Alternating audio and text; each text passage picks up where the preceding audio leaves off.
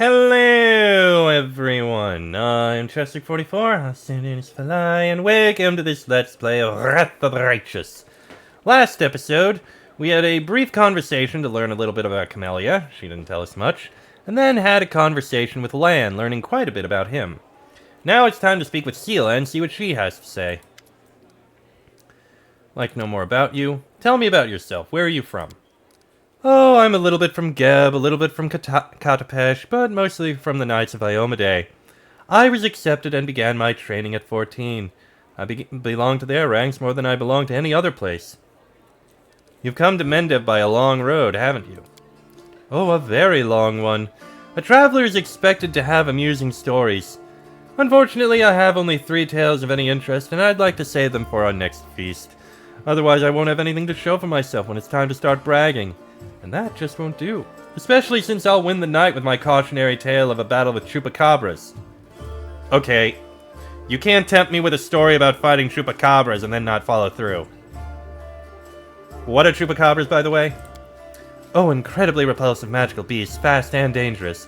They can... Well, it looks like someone's fooled me into starting the tale. I guess that now I'll have to tell the whole story. Picture a small town in Kadira, and down in the dungeon there's 2 murderers waiting to be executed. The gallows are already built for them, the rope's been bought, but sometimes life takes a surprising turn. Suddenly, a paladin of Iomedae appears in the doorway and offers the murderers a deal. If they go with her to fight some monsters, they'll live. If they survive, that is. There's a big difference between imminent death and probable death with a glimmer of hope, wouldn't you say? So here we are, traveling through the desert, me and my friend, a priestess of Sarenrae, along with the little ratfolk fellow who'd asked for our help, and the 2 cutthroats. We get to the ratfolk village and see their bodies lying around, all drained dry. We figured we'd have to fight vampires. That's how the little ratfolk described the monsters who attacked their village. That's why we went in all brazen-like. The sun was high, and the vampires couldn't attack until dusk. But we never got a chance to look around. Black shadows, quick as the wind, attacked us from all sides. Not vampires, but chupacabras. One of the lads we pulled from the gallows got killed right away. The second one ran for his life. That left me, the ratfolk, and Kyra. That was the name of the priestess. And we all steeled ourselves for the fight of our lives.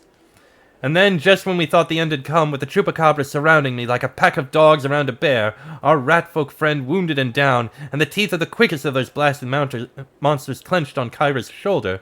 Right then, when all hope was lost, the other lad from the gallows suddenly comes running back. He kills the beast attacking Kyra. I'm sure you know what a turning point in a fight looks like. Well, this was it. A moment before, we were lost, and a moment later, we had it back under control. The chupacabras dropped dead, one by one. The little ratfolk is reunited with his family, who are hiding in the basement. The priestess and I closed the eyes of that boy from the gallows who saved us. It was a shame he didn't survive the fight. May the gods keep his soul in its journey through the afterlife. That's a good story. He could have died in disgrace on the gallows, but instead he died a hero. And I'd fancy the stunt earned him some points at his final judgment. It's smart to remember our journey doesn't end in death. Had it not been for that mercy, Milos, that was his name, would be hanging from a noose, and me, Kyra, and all the ratfolk would be dead in that village. Someone told me that a kind deed done by an unkind person is 100 times more precious. By the same token, an evil done by a noble soul is 100 times more horrifying. That's what I really wanted to say. The chupacabras were just a good starting point. What made you become Paladin of Iomedae? Seela's gaze sharpens momentarily, then she sighs. That's a serious question and a good one. You should ask it of your companions. But it's a long story. To start with, 12 years ago I was nothing like the person I am now. I roamed the streets of Solku with the other homeless orphans. I stole, I fought, I was a hired sword for a bit. Not the proper origin for a paladin, is it? Back then, Solku was a city of orphans, widows, and widowers. Gnolls decimated the city regularly. My parents were among their victims. People there heard about new deaths before they'd finished mourning their previous losses. One day, a group of knights of Iomedae brought a glimmer of hope to the city. But while others saw them as saviors and protectors, I was busy pricing up their noble horses in their gleaming mithril armor, wondering just how much one of their pretty swords would fetch. A thief lives one day at a time, that's what they say. I was the type that never thought past the next job. Anyhow, I was able to sneak into the knight's camp and steal one of their mithril helms. And I was right there when a gnoll attacked the helm's owner. Asemi was her name, and dealt a blow to her unprotected head. A gnoll like all those others, she'd fearlessly driven from the gates of Sulku. That one blow was final, but who was really to blame for her death? The gnoll attacker or the young thief named Sela? You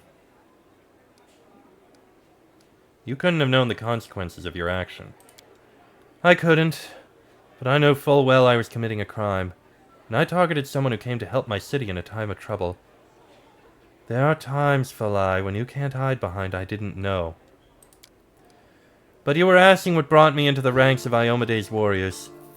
We all chose the Paladin's path for our own reasons. Some are guided by nobility of spirit, some by a desire to fight injustice. I became who I am through penance and a debt unpaid. The day Asemi died protecting my city, I wanted to kill myself for the terrible guilt I felt. Then I realized it wouldn't make the world any better, and I decided that instead I'd try to take her place. I'd become who she had been, and protect the innocents that she would no longer be able to protect. What are the principles that Paladins of Iomade follow? I'll tell you. I like to recite our code. It feels like I've said it 1,000 times, but it never gets old. There's strength in these words. I will learn the weight of my sword. Without my heart to guide it, it is worthless. My strength is not in my sword, but in my heart. If I lose my sword, I have lost my tool. If I betray my heart, I have died. I will have faith in the Inheritor. I will channel her strength through my body. I will shine in her legion, and I will not tarnish her glory through base actions. I am the first into battle and the last to leave it. I will not be taken prisoner by my free will. I will not surrender those under my command. I will never abandon my companion, though I will honor sacrifice freely given. I will guard the honor of my fellows, both thought and deed, and I will have faith in them. When in doubt, I may force my enemies to surrender, but I am responsible for their lives. I will never refuse a challenge from an equal. I will give honor to my worthy enemies and contempt to the rest. I will suffer death before dishonor. I will be temperate in my actions and moderate in my behavior. I will strive to emulate Iomede's perfection. You know, Sela is a cheerful paladin, one who will happily join her partners and be a beer buddy, drinking to the memories of their friends and celebrating a good fight and tales of good time. But she is also one who is respectful of being a paladin and is good at her job. So many D&D games, the paladin is either full-on righteous for the law or full-on good with no other respect. And there are a lot of tales of the bad kind of paladins, the wrong types, the ones played wrong or just shy of being actually evil in how they do things. Sela is a very good character and a very good paladin. You gotta love her. All of the companions you get are very interesting and very good. Maybe one or two exceptions in my opinion, but I do love all of them. Sela is a good example of a character. Irabeth said your friend Jana Aldori is missing. Do you know where we should look for her? Irabeth is worried about her fighters. I understand that. I wanted to look for Jana myself, so I didn't distract you. But since you're in this too, I could use some help. Jana and I met in Canabras a few days ago and just hit it off. We went drinking together. We went to that unforgettable celebration together too, but we got separated in the crowd. So we should start looking from the main square. That's where I last saw her. Jana's a good fighter, even if she is green. She couldn't have become an Aldori otherwise. I hope that means she's alright. What do you think of what's going on in Canabras? Well, it's complete chaos. It's lucky we're here to handle it, right? Does the way I talk bother you? I know I can seem blasé. Many good people and our protector Terendil have died here in Canabras. A paladin of Iomade is expected to be properly respectful and solemn. But I prefer to face my troubles with a smile and a bit of common sense. Grief is a weapon they'll use against you. It can undermine a warrior's spirit. It's better we hold off on grief until we've driven the last demon.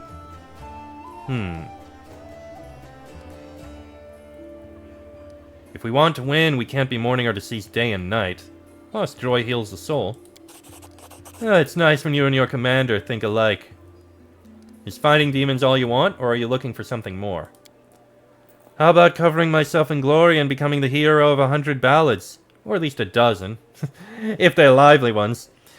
Anyway, to be more serious, the area around the World Wound is the best place for a paladin who wishes to defend the weak and serve good. Being part of the crusade is reward enough for me. But there's something that worries me. I don't want to sound like I'm criticizing my brothers in arms, but the Eagle Watch and the other orders are focused on just one aim, the war against the World Wound. That's why they can sometimes overlook the smaller things. Ordinary misfortunes, you know. I've always liked being a wandering knight because any moment I could get up and go help a poor rat folk whose family had been kidnapped, or an old woman whose favorite dog had gone missing. So here's my answer. I don't have some big important goal, but I'll be happy to help those who need it. A little bit here and there. Alright. As I said, Sela is a good paladin. Alright. We got a guy with a name here, Helor. A tall, athletic man greets you. His hair is prematurely gray and shorn close to his head in a military style. He is lean and well-groomed, and a monocle twinkles coldly in his eye. The bold set of his jaw and his large but agile frame attest that here is a man who is always ready to be on the move. Greetings! I am Helor, Venture Captain of the Pathfinder Society. I am the superior officer among Pathfinders in this region of Mendev. However, the Society is running almost no operations here right now. Besides me, there are almost no Pathfinders here. Actually, I'm only stuck here because of an old feud with a demon worshipper known as the Spinner of Nightmares. I've had to work alone without the support of the Society, but I've made a lot of acquaintances among the local mercenaries and daring fighters. If you need any good fighters for an honest cause, talk to me. Tell me about your confrontation with the Spinner of Nightmares. It all began with a task of the Pathfinder Society. I arrived in Nerosian with my team to investigate the sudden death of a famous crusader, Baron Falrun. We soon focused in on a small hospital for the wealthy, where Falrun was being treated shortly before his death. It turned out that a gang of Baphomet's cultists, calling themselves the Labyrinth of Mind, had gotten a foothold at the hospital. They were obsessed with twisting the minds of their victims, and targeted fragile people too weak to resist. The hospital was filled with perfect victims, isolated for weeks from the outside world, completely helpless. And when they returned, they were different, almost normal.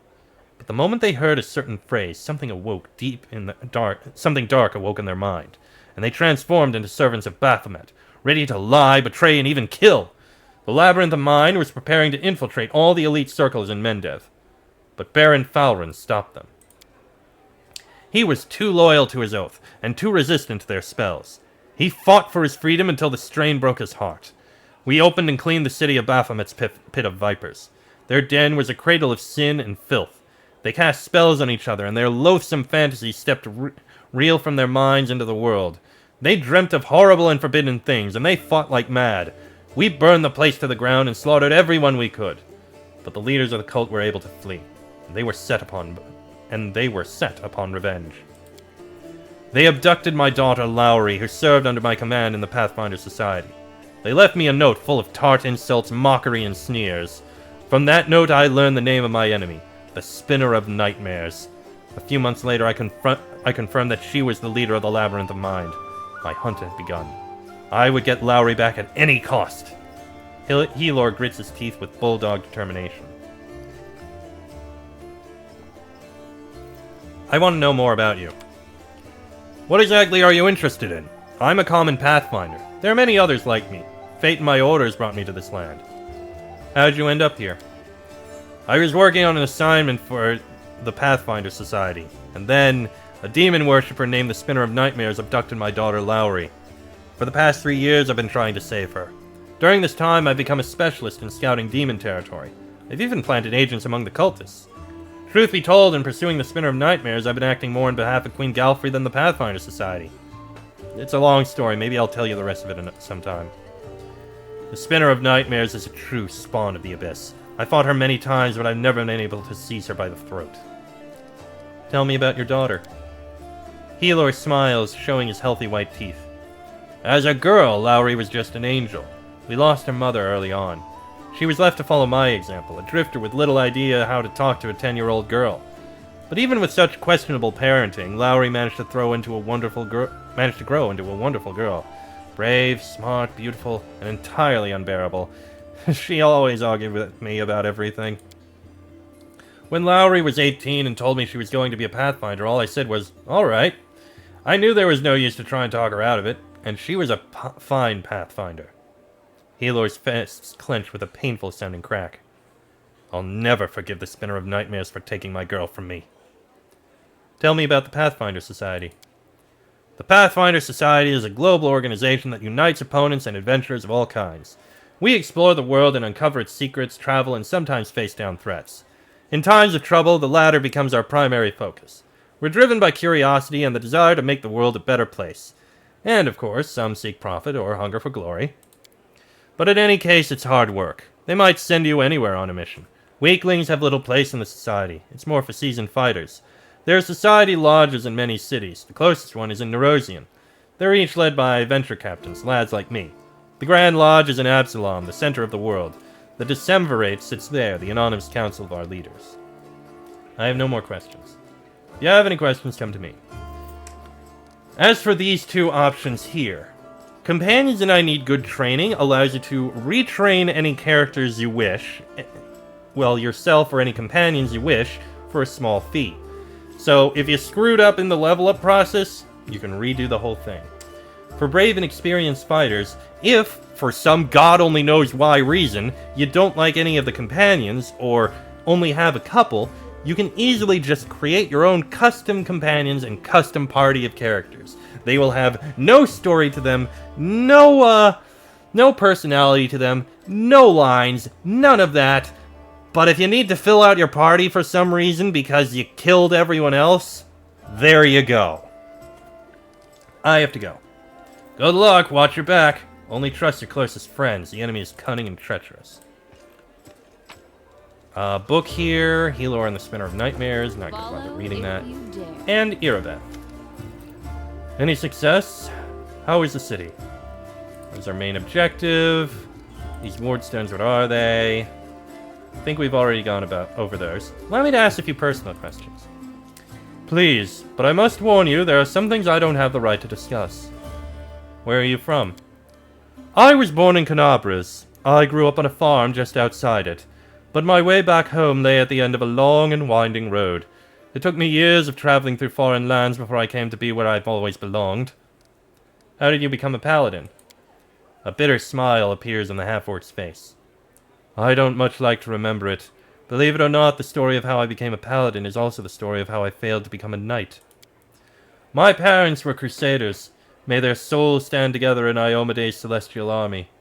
When I was born, they retired from the war and started preparing me to continue their legacy. But my father was an orc. You'd be pressed to find a calmer, wiser, and more pious servant of the goddess than he.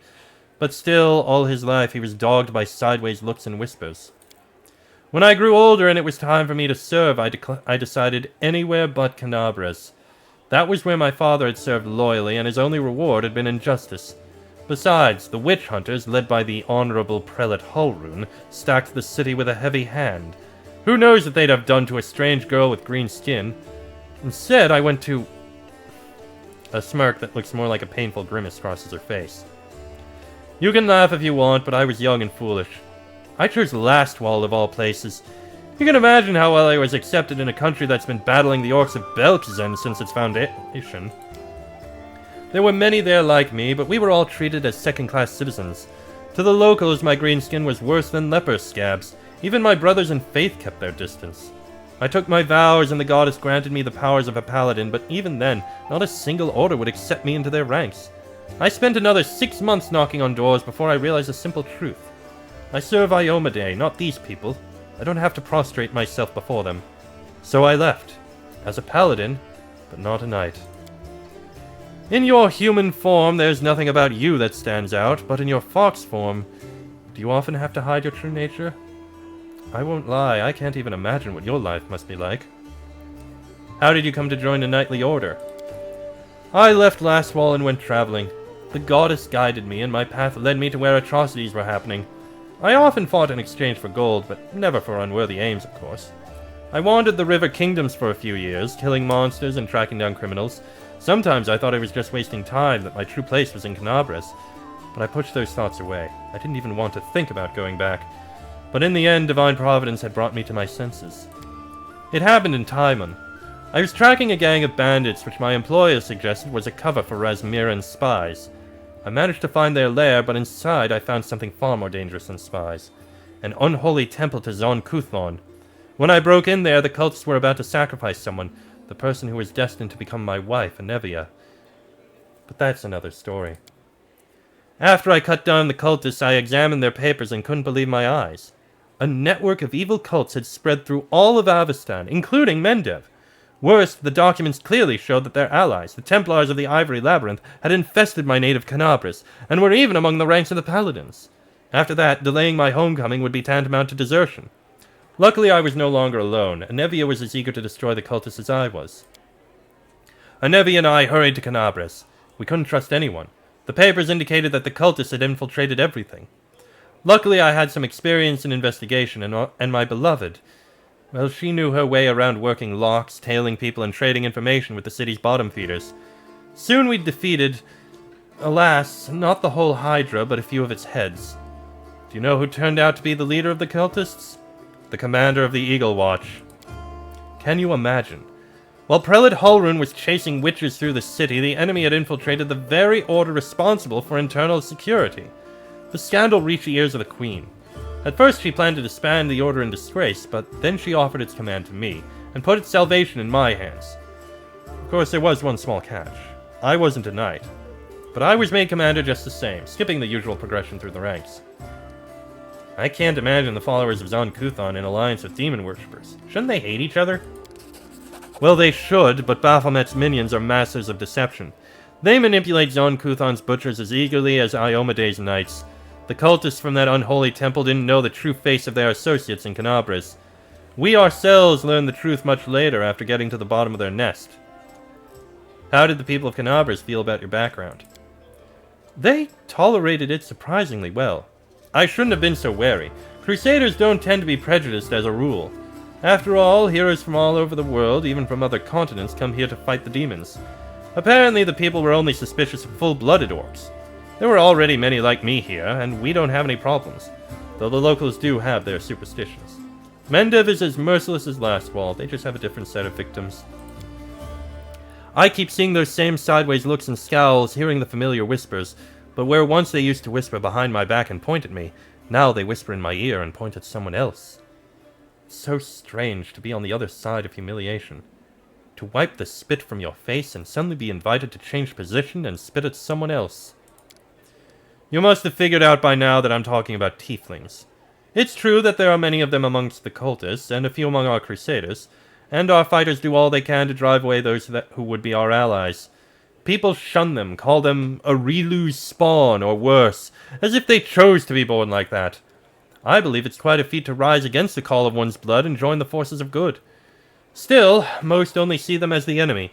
I once saw a knight bleeding to death because he wouldn't let a tiefling priest touch his wound. Alas, I haven't been able to change this in all my time in Canabras. Tell me about Anevia. Oh, we met in Timon as I was wandering aimlessly from one ordeal to another. We returned to Canabras together to expose the Templars of the Ivory Labyrinth. The day the Queen knighted me was the second happiest day of my life. The first was the day of our wedding. But Anevia isn't just my beloved, she's my staunchest ally. We share every victory and defeat. The best of me is alive thanks to her. Thank you for saving her back then, the day Canabras fell. Before her return, the only thing giving me the strength to protect the defender's heart was the hope that I'd see her again. We are in your debt. Thank you for your answers. Irbeth nods without saying a word. Tell me about the Eagle Watch. Oh, it was a small order created to fight not only demons, but also the enemy within. To maintain the purity of the Paladin ranks, prevent heresy, and identify spies. And it failed miserably at that. The Templars of the Ivory Labyrinth infiltrated it and formed their nest within its ranks. After the Queen entrusted me with leading the order, Anevia and I practically built it from scratch. We got rid of dead weight, people who weren't committed. We organized ways to transmit messages and orders safely. We introduced reliable ciphers. We found tacit allies around the city, from crusader orders to street beggars. This is my personal crusade to purge the city of the Templars who had infested it. And I thought I was winning. I could feel it. We were so close to driving out the cultists out of Canabres. But it's hard to admit, but those successes didn't count for much once the demons entered the city. On the contrary, if it wasn't for you, there wouldn't be a headquarters at the Defender's Heart. The cultists would have served up the city on a platter to the demons. The lines on Erebeth's forehead softened. Yes, that's true. It's a good thing we achieved something. Thank you. I have to go. Go. May Iomade keep you safe. Indeed. And with that, I'm going to go ahead and end this episode here. Next episode, I guess we can speak to Anevia, see if she has anything to say. See if there's anyone to talk about over here, which it seems there are a few. And there's a name over here to talk to. Indara and... yeah, Indara. But that'll be in the next episode. So until then, I am Chester44. I'll say name's Fly.